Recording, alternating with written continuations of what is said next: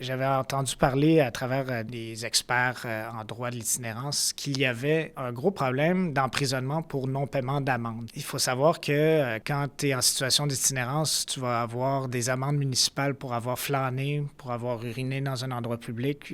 Évidemment, on ne tient pas compte du fait qu'il n'y a pas de toilette public, d'avoir été ivre sur la voie publique, des amendes qui sont pas criminelles. Tu as des gens qui se retrouvaient avec des milliers de dollars d'amendes impayées parce que tu es dans la rue. Est-ce que tu vas vraiment te soucier de payer ta contravention de 300 dollars pour des contraventions souvent qu'ils oubliaient et finalement qui ne payaient pas.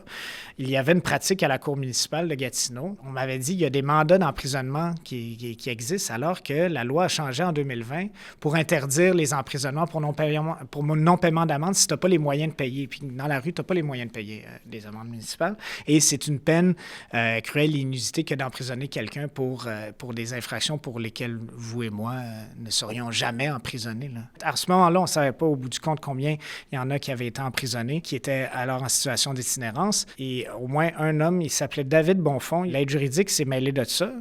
Et c'est le pouvoir du journalisme. C'est un des plus beaux dossiers que j'ai couverts où je me suis senti le plus utile à tout le moins.